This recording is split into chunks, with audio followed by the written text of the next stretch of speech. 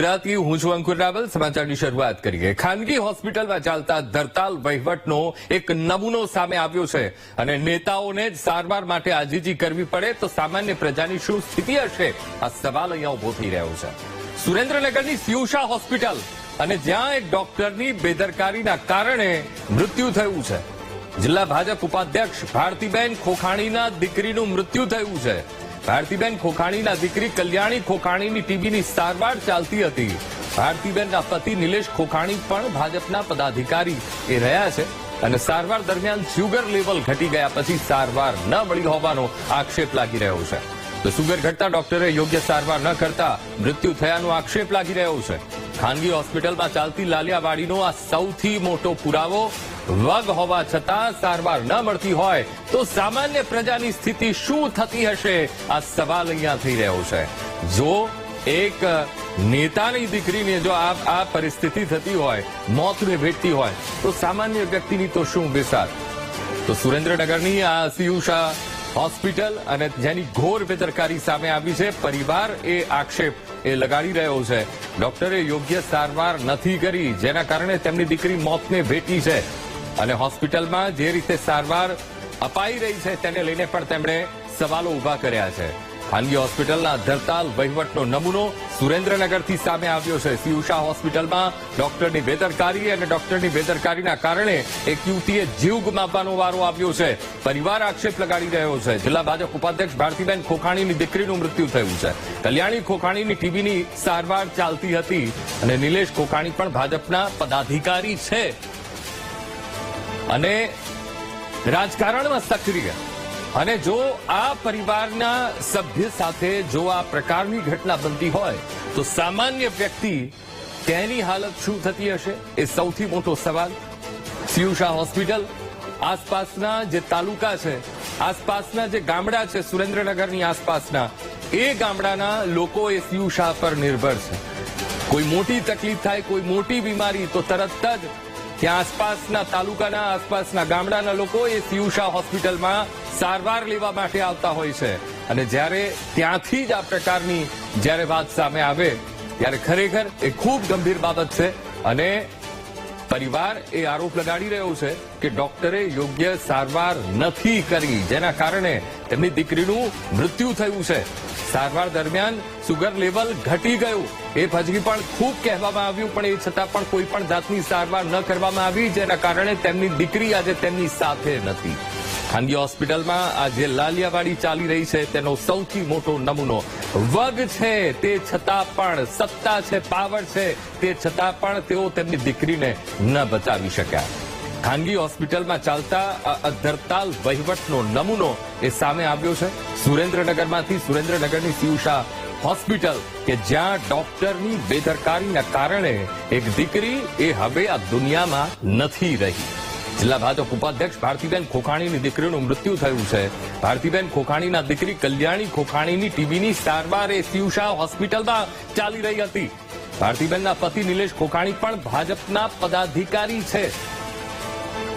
તો સારવાર દરમિયાન સુગર લેવલ ઘટી ગયા પછી સારવાર ન મળી હોવાનો પરિવાર આક્ષેપ લગાડી રહ્યો છે કે સુગર ઘટતા ડોક્ટરે યોગ્ય સારવાર નથી કરી અને જેના કારણે મૃત્યુ થયાનો આક્ષેપ એ પરિવાર લગાડી રહ્યો છે.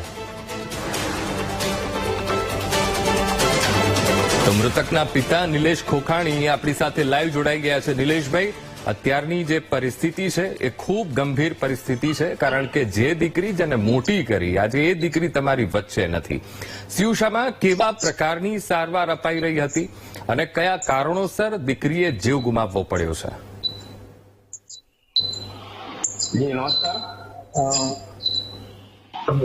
આજ તો મારી દીકરી જે છે એને 16મી માર્ચના દિવસે એટલે કે રવિવારના દિવસે બપોરે 1:30 વાગ્યાની આસપાસ એને પ્રથમ નજરે તો અમને ન્યુમોનિયાના લક્ષણો દેખાતા અમે એને સિયુષા હોસ્પિટલ જે છે ત્યાં સારવાર માટે લઈ ગઈ.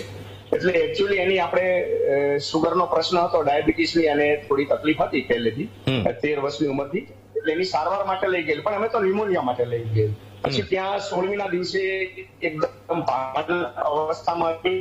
17મીના દિવસે બપોરે 3 વાગે એવું કહેવામાં આવ્યું કે એનું યુરિન જે છે એ ઓછું આવે છે, તો આપણે એનું ડાયાલિસિસ કરવું પડે છે. વેરી ફર્સ્ટ ડાયાલિસિસ હતું, તો મેં કીધું પાછળથી કોઈ તકલીફ નહીં કે ના 1 અથવા 2 ડાયાલિસિસમાં સરખું થઈ જશે, કઈ વાંધો નહીં, એમાં પરમિશન આપી.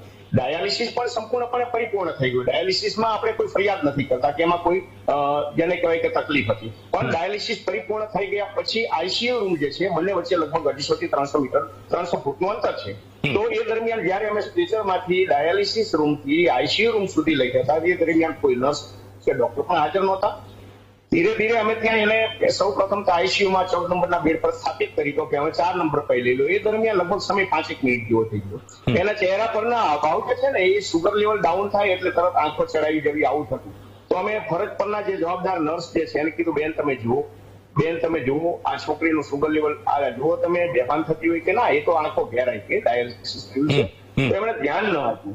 પછી તરત જ ત્યાં સાથે મારા સંબંધી એવા શાળા જે છે હતા એ કે જીજુ તમે જુઓ આ ભાણીબા છે એ એકદમ આંખો ચડાવી ગયા, એટલે કે સંપૂર્ણપણે એ બેભાન અવસ્થામાં ચાલી ગઈ, એટલે સુગર લેવલ એકદમ ડાઉન થઈ ગયું. એટલે અમને તરત ખબર પડી ગઈ કે આ સુગર લેવલ એકદમ ડાઉન થઈ ગયું છે. અને નર્સ આવી એટલે એને પણ ખ્યાલ આવ્યો કે સુગર લેવલ એકદમ ડાઉન થઈ ગયું છે. પછી અમે સુગરની બોટલ ચડાવીને સુગર લેવલ વધારવાનો પ્રયત્ન થઈ ગયો, પણ સાહેબ એકવાર દીકરી કોમામાં જતી રહે ને અને પછી એ પાછી આવવાનું શક્ય જ નહોતું, અને પછી સુગર લેવલ વધારવાનો કોઈ અર્થ નહોતો.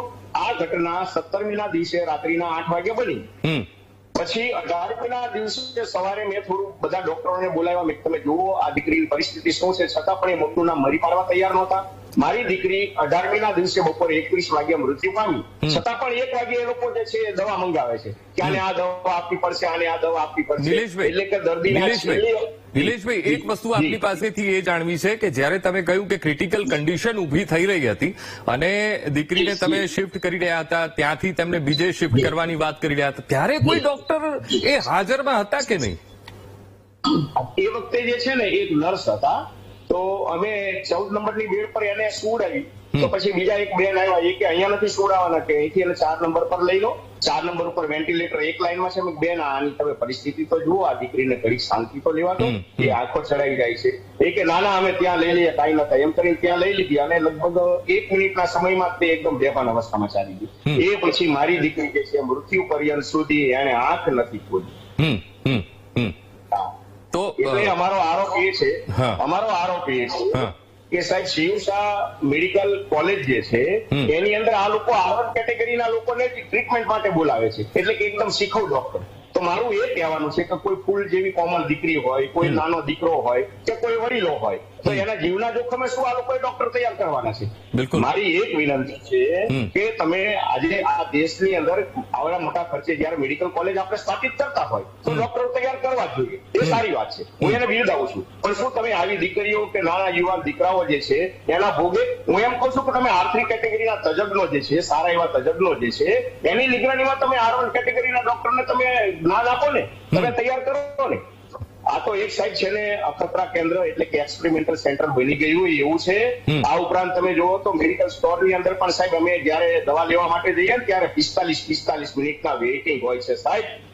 આજે દર્દી જે છે એ 45 મિનિટ સુધી દવાના અભાવે ક્યારેક મૃત્યુને ભેટી જાય છે. તો ત્યાં પણ સ્ટાફ વધારવામાં નથી આવતો મેડિકલ સ્ટોરની અંદર. બીજી વસ્તુ એ છે સાહેબ કે 8 માળનું બિલ્ડિંગ છે, ત્યાં નીચે આઈસીયુ સેન્ટર આવેલું છે અને ત્યાંથી સાહેબ લેબોરેટરી જે છે એ 300 મીટરના અંતરે આવેલી છે. પછી તમારે ટેસ્ટ વારીમાં પહેલા પૈસા ભરવા જવાના, ત્યાંથી લેબોરેટરીમાં સેમ્પલ માટે જવાનું, સેમ્પલ આપીને 2 કલાકે રિપોર્ટ લેવા માટે જવાનું. એટલે કે એક વ્યક્તિને પાછા આઈસીયુમાં રહેવા દે. એટલે કહેવાનો મતલબ નિલેશભાઈ, આ બધી જદ્દોજહેમત તમારી સાથે પણ થઈ છે આ જ પ્રકારનું કે ભાઈ તમારે આ ટેસ્ટ કરાવવા પડશે, તમારે અહીંયા કેસ બારીમાં જવું પડશે, બધી જ વસ્તુઓ તમારી સાથે બની છે?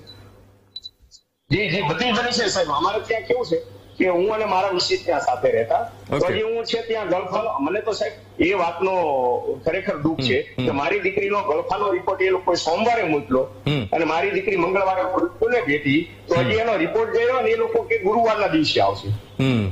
તો મેં કીધું ભાઈ ગુરુવારના દિવસે તો કે we have to decide that what type of the fungi are responsible for this type of the infection, what type of the bacteria are responsible for this type of the infection. On the basis of report we should give the treatment to this daughter. આવું મને એવું કહેવામાં આવ્યું. Okay. એટલે મારે કહેવાનો મતલબ સાહેબ એ છે Okay. કે આવી ગંભીર બેદરકારીના લીધે કેટલા બધા લોકોએ જીવ ગુમાવ્યા છે સાહેબ. બિલકુલ. મારી પાસે કેટલાય લોકોના અભિપ્રાયો પણ આવેલા છે. બિલકુલ બિલકુલ નિલેશભાઈ, આપ અમારી સાથે જોડાયા એ બદલ આપનો ખૂબ ખૂબ આભાર અને અમારી સંવેદના પણ તમારી સાથે છે.